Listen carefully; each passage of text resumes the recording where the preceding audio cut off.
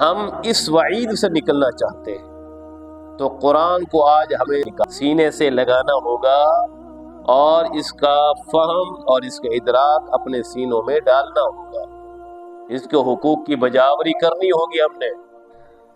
آج ہمارے یہاں تو یہ ہوتا ہے کہ قرآن کے ساتھ جو واجبی، اولاً تو قرآن پڑھنے کی توفیق ہی نہیں ہے، ایک تعلق ہے واجبی سا، کبھی کبھار قرآن پڑھ لیا، وہ بھی اس کی عبارت پڑھ لی، سمجھا اسے ہے نہیں ہم نے۔ اور بعض اوقات ایسا ہوتا ہے کہ کوئی مرنے والا ہے تو آپ نے وہاں پر بیٹھ کے سورہ یاسین پڑھ لی تاکہ جان کنی میں آسانی ہو، ایسے ہی ہوتے ہیں نا ہمارے یہاں، اس کی جان کنی میں آسانی کے لیے سورہ یاسین پڑھ لی۔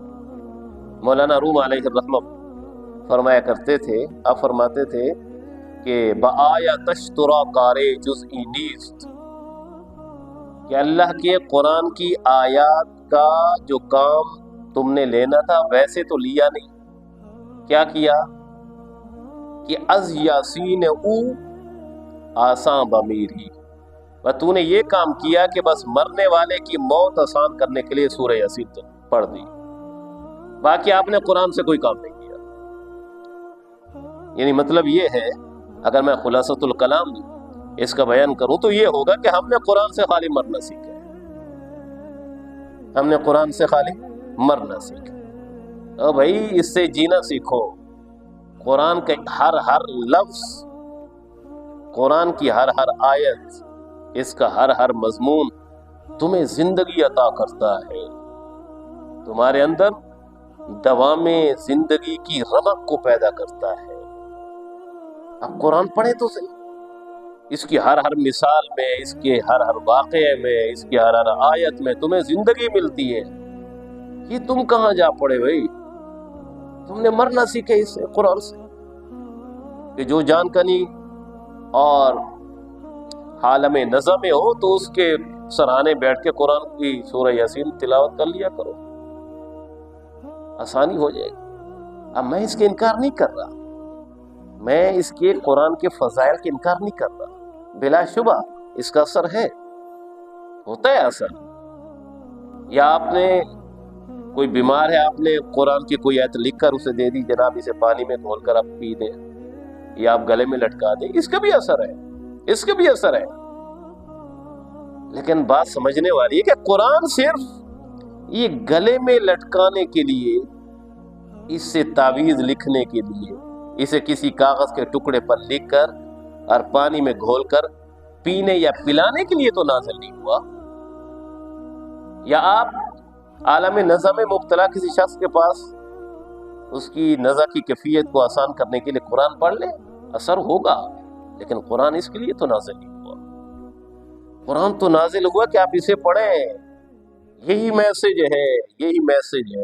آج امت، اور میں نہیں کہہ رہا بلکہ سب کہتے ہیں، جو بھی اہل علم و دانش ہے وہ یہی سمجھتا ہے کہ امت مسلمہ کے بگاڑ، اس کی تنزلی، اس کے ڈاؤن فال اور اس کی تباہ کاری کے اسباب میں سے فرنٹ لائن جو سبب ہے وہ یہی ہے کہ ہم نے قرآن کو چھوڑ دیا۔ اور میرے بھائی یہ بات خالی تقریر کی حد تک کرنے یا سننے کی نہیں ہے۔ میں نے تقریر میں یہ جملہ آپ کہہ سکتے ہیں کہ بھائی تقریر، یہ تو تقریری جملہ ہے بھائی، مبلغ نے بیان کر دیا، ہم نے سن لیا، بس یہ تو کتابوں کی باتیں ہیں۔ بھائی ہم نے جب تک ہم اسے یہ نصابی بات ہی سمجھیں گے نا تو ہماری کامیابی ممکن ہے۔ آپ اسے اسینشل سمجھیں، اپنے لیے اولین اسے فریضہ سمجھیں کہ ہم نے قرآن پڑھنا ہے، قرآن سے ہم نے رہنمائی حاصل کرنی ہے بس۔ اور میں یہ سمجھتا ہوں کہ قرآن کریم کے علوم میں سے اتنا علم حاصل کرنا ہر مسلمان مرد اور عورت پر فرض ہے کہ جس سے اسے قرآن کریم سمجھ میں آ جائے۔ یہ میرے نزدیک اتنا قرآن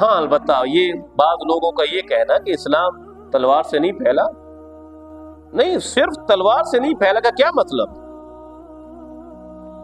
آپ جہاد کے انکار کر رہے ہیں؟ تقریباً 900 آیات سے متجاوز قرآن پاک میں ایسی آیات ہیں جن کو اللہ تبارک و تعالیٰ نے جہاد کے لیے نازل کیا. آپ قرآن سے وہ آیات نکالیں گے؟ ہاں یہ نہیں ہے کہ اگر کسی نے امان طلب کی اور تلوار چلائی گئی، ایسا نہیں ہوا. اگر کوئی پرامن رہنا چاہتا ہے اور تلوار چلائی گئی، اسلام نے حکم دیا، ایسا نہیں ہے، ایسا نہیں ہوا. بلکہ اسلام کا ضابطہ یہ ہے کہ آپ نے بے گناہ انسان درکنار، آپ نے یہ سبزے کو بھی، درختوں کو بھی نہیں اکھیڑنا، انہیں بھی نہیں کاٹنا. اسلام تو ہمیں یہ کہتا ہے. حضرت اسامہ بن زید رضی اللہ تعالیٰ عنہ وہ جانے لگے، نبی کریم صلی اللہ علیہ وسلم کے جانشین خلیفہ اول حضرت سیدنا صدیق اکبر رضی اللہ تعالیٰ عنہ نے وصیت فرمائی اور فرمایا کہ میں نے سرکار کریم دو عالم صلی اللہ علیہ وسلم سے خود سنا. میرے حضور جب ہمیں کہیں بھیجتے جہاد کے لیے، قتال کے لیے، حضور یہ وصیت فرمایا کرتے تھے، کسی بے گناہ پر آپ نے تلوار نہیں اٹھانی. بوڑھے کو ڈرانا دھمکانا بھی نہیں، قتل کرنا تو دور کی بات. بچوں اور عورتوں کا خیال کرنا، اور سبزے کو بھی، درختوں کو بھی آپ نے نہیں کاٹنا. اسلام کی تو یہ تعلیمات ہے. لیکن جو کرۂ ارضی پر ایک اسلامی ریاست میں جو فساد کرنا چاہے، کیا خیال ہے آپ اس کے ساتھ ڈائیلاگ کرو گے؟ یہی مذاکرات کا تو حال ہے. کشمیر اتنے سالوں سے آزاد کیوں نہیں ہو رہا؟ یہ ہمارے مذاکرات ہی تو ہے جو آج تک وہ مذاکرات کامیابی نہیں ہو رہے. ہم کہیں کہ پھر اسلام تو جناب یہ قتل کرنے کا حکم کیوں دیتے ہیں ہمیں؟ یہ اسلام تو تلوار کا مذہب ہے. اب کرو نا کچھ حل. مسئلہ کشمیر ہے، فلسطین ہے، یہ سارے کے سارے یہ جو مسائل ہیں امت مسلمہ پر، یہ وارد کب سے ہوئے؟ جب سے ہم نے تلوار کو چھوڑا. یہ چیزیں ہمیں یہ کون بتائے گا؟ یہ اللہ کا قرآن بتائے گا اور میرے حضور کا فرمان بتائے گا. الجنت تحت ظلال السیوف او کما قال علیہ الصلوۃ والسلام. لوگوں سنو، جنت اللہ نے تلواروں کے سائے کے تلے رکھی ہے. اور جو شہید ہو جائے وہ بلا واسطہ وہ جنت میں اللہ تبارک و تعالیٰ انہیں داخل فرمائے گا. انہیں مردہ نہ کہو. وَلَا تَقُولُوا لِمَنْ يُقْتَلُ فِي سَبِيلِ اللَّهِ أَمْوَاتٌ. یہ مسلمان کا یہ شیوا تھا، ایک ہاتھ میں قرآن ہوتا، دوسرے ہاتھ میں تلوار ہوتی. جو پرامن رہنا چاہتا بھلے وہ اپنے دین پر قائم رہے، یہودی ہے یہودی بن کر رہے، پرامن تو رہے. لا ينهاكم الله عن الذين لم يقاتلوكم في الدين ولم يخرجوكم من دياركم ان تبروهم وتقسطوا اليهم. اللہ تبارک و تعالی نے سورہ ممتحنہ میں فرمایا، جو تمہارے ساتھ نہیں لڑتا، تمہیں نقصان نہیں پہنچاتا، پرامن رہنا چاہتا ہے، اللہ تعالیٰ تمہیں نہیں روکتا کہ تم اس سے کوئی کاروبار کرو، نہیں روکتا، کرو. اس سے محبت سے رہو، کرو، محبت کرو، رواداری کے ساتھ رہ سکتے ہو. تلوار تو اس صورت میں ہے کہ جب دین پر کوئی شب خون مارے، انسان کی جان یا امت مسلمہ یا مسلمانوں کی ایک جماعت کی جان خطر میں آ جائے، پھر تلوار بھائی، پھر کوئی مذاکرات نہیں. یہی چیز تو ہم بھلا چکے. قرآن، تلوار، یہی صحابہ کا یہ ایک حولہ ہے. آپ تاریخ پڑھیں، آپ صحابہ کا حولہ، ان کی شخصیت، ان کا سراپا وہ کیسے نظر آتا ہے. قرآن بھی پڑھا رہا ہے، جہاد کا اعلان ہوا، میدان جہاد میں بھی تیار اور مستعد کھڑے۔ میرے حضور صفہ میں قرآن بھی پڑھا رہے، ان کی تربیت بھی ہو رہی، لیکن اگر باہر سے کوئی جارحیت کرنے کی کوشش کرتا ہے، میرے حضور وہی تلوار ہاتھ میں ہے، آقا کریم صلی اللہ علیہ وسلم میدان جہاد میں۔ تو کیا حضور کی سیرت کا یہ گوشہ یہ کیوں نہیں بیان کیا جاتا؟ کیوں نہیں بیان کیا جاتا؟ یہ چیزیں یہ ہم سے چھپائی گئیں ایک منظم سازش کے تحت، کہ مسلمان ایسا نہیں ہو سکتا کہ وہ تلوار استعمال کرے یا وہ اسلحہ استعمال کرے۔ بھائی جب جان پر بن پڑے، اسلامی ریاست پر، پاکستان پر کوئی حملہ آور کر، کیا خیال ہے ہم بیٹھے رہیں گے؟ کوئی ہماری جان کا دشمن ہو، ہمارے وطن کا دشمن ہو، ہمارے دین کا دشمن ہو، ہم آرام کریں گے؟ مذاکرات کی دعوت دیں گے اسے؟ نہیں۔ اب اگر قتال کیا جائے تو وہ بھی قرآن کے خلاف نہیں ہے، قرآن ہی کا حکم ہے، یا ایھا النبی حرض المؤمنین علی القتال، اے میرے حبیب اپنے ان مومنوں کو، اپنے غلاموں کو قتال پر، جہاد پر ابھاریے۔ ان یکم منکم 20 صابرون یغلبوا 200، اگر یہ 20 بھی تیرے غلام ثابت قدم رہنے والے ہوئے نا تو یہ 200 پر غالب آئیں گے۔ 20 تو 20 نسبت 200، یہ نسبت کتنی بنی؟ 1:10 بنی۔ ایسے بنی نا، 1 نسبت، یعنی ایک مومن 10 پر بھاری تھا۔ لیکن یہ اس وقت کی بات ہے کہ جب ہم قرآن پڑھا کرتے تھے، قرآن میں تدبر کیا کرتے تھے کہ ہاں قرآن ہمیں یہ بتا رہا ہے مسلمان تیری یہ شان ہے کہ تیری نسبت 10 سے بھی زیادہ اللہ تبارک و تعالیٰ نے تیرے اندر ایمانی جرت پیدا کی ہے۔ آج ہماری آبادی امت مسلمہ کی 2 کروڑ ہے، 2 ارب مسلم امہ کی تعداد، پوری دنیا میں دوسری بڑی عددی قوت ہم ہیں، اور ہم ذلیل، ہم پریشان حال۔ دنیا میں اگر کسی ذلیل ترین قوم کا درجہ حاصل ہے تو وہ صرف مسلمان کو ہے۔ یہ حقیقت ہے، یہ کبوتر کی طرح آنکھیں بند کرنے کا ٹائم نہیں ہے۔ حقیقت کو فیس کرنا سیکھیں، حقیقت آپ اسے فیس کریں، پڑھیں اپنے بارے میں، ہم کس مقام پر کھڑے ہیں۔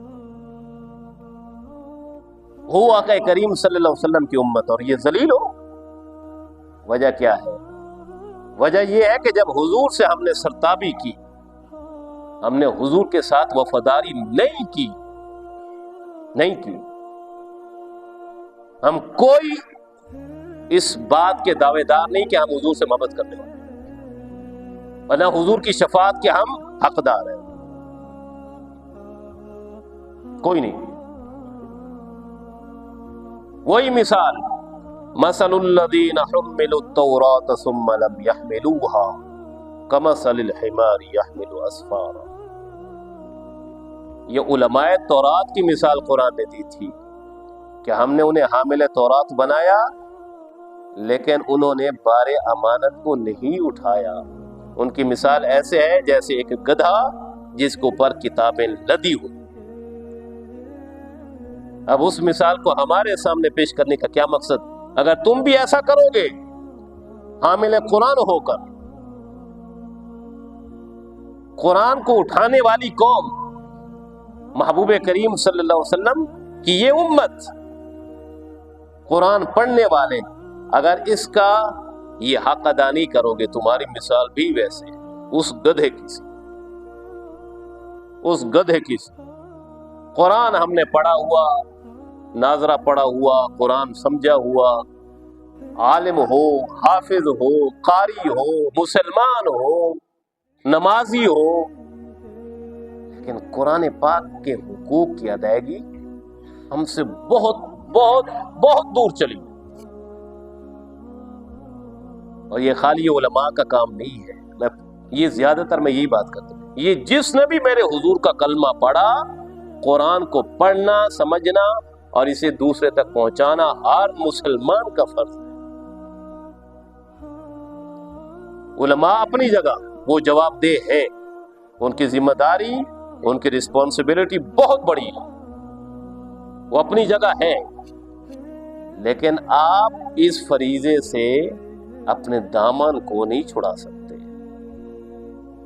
یہ میں وہ باتیں کر رہا ہوں جس سے آپ نے آگے جا کر، اگلے عالم میں جا کر، قبر میں جا کر، حشر میں جا کر یہ باتیں آپ کو یاد آئیں۔